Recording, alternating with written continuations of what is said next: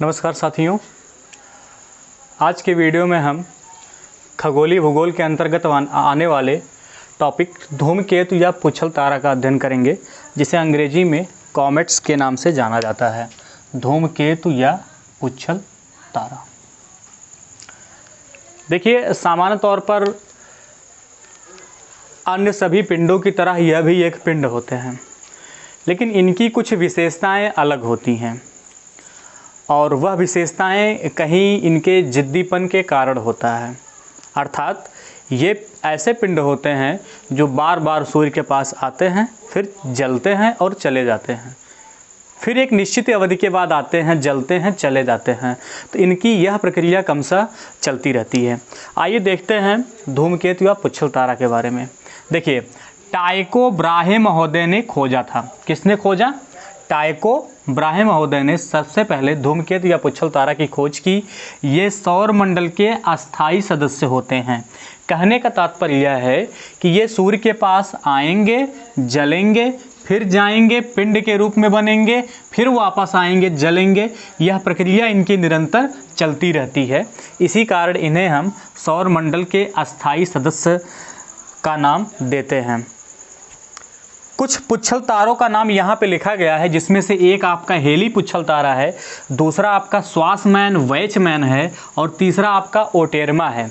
इनकी जो निश्चित अवधि है, हेली का 76 वर्ष बाद, स्वासमैन वैचमैन का 16 वर्ष बाद, ओटेरमा का 8 वर्ष बाद।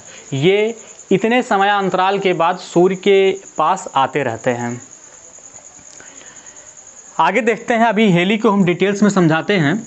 आगे देखिए कि धूमकेतु या पुच्छल तारा की परिभाषा क्या है या कैसे हम इसको एक्सप्लेन करेंगे।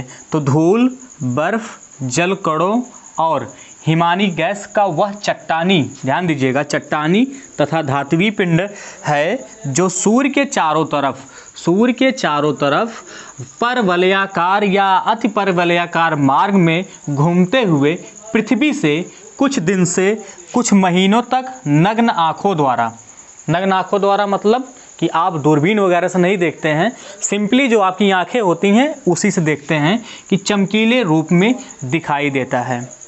यहाँ पे आपको केवल कुछ समझ में आया होगा। हम रात में आसमान देखते हैं, आसमान में कुछ तारों को चलते हुए देखते हैं, वो चल रहे होते हैं तारों के बीच में। सामान्य तौर पर हम सभी उसको तारा समझते हैं और शायद इसीलिए यहाँ पे हम पुच्छल तारा कह भी देते हैं, लेकिन वो वास्तव में तारे नहीं होते हैं। वो आपके सौर मंडल के अस्थायी सदस्य के रूप में पिंड होते हैं जो सूर्य के पास आते हैं तो जल जाते हैं। तो कभी कभी परीक्षाओं में पूछा जाता है कि निम्नलिखित में से कौन अंतरिक्ष से आपके सौर मंडल से संबंधित है।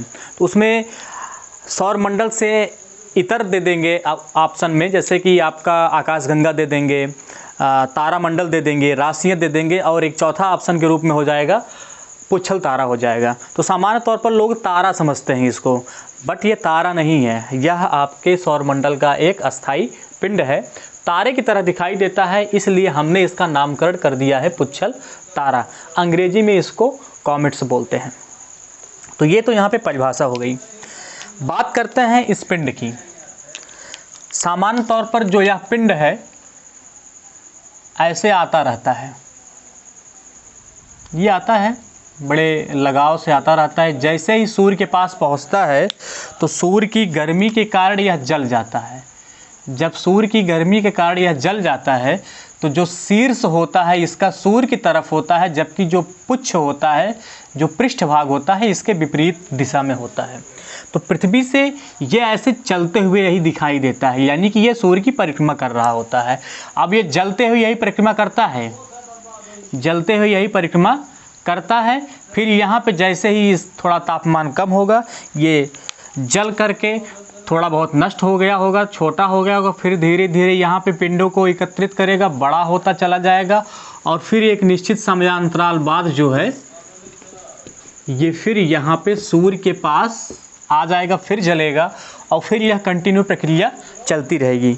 चलिए, उदाहरण के तौर पर हम मान लेते हैं कि ये आपका हेली पुच्छल तारा है। कौन सा तारा है? हेली। पिछली बार यह जो तारा आया था ये 1986 में आया था। कब आया था?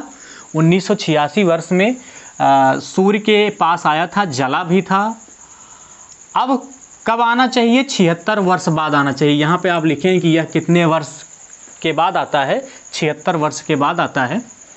कब आएगा 76 वर्ष के बाद? 2062 में आएगा।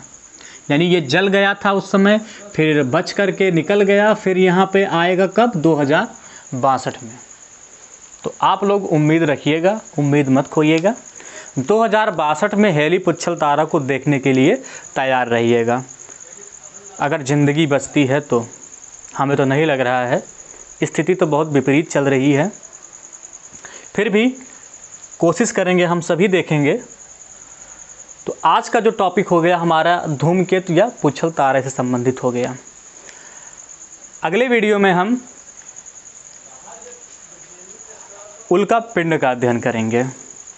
ये भी हमारे सौरमंडल का एक महत्वपूर्ण टॉपिक है। आज के लिए धन्यवाद।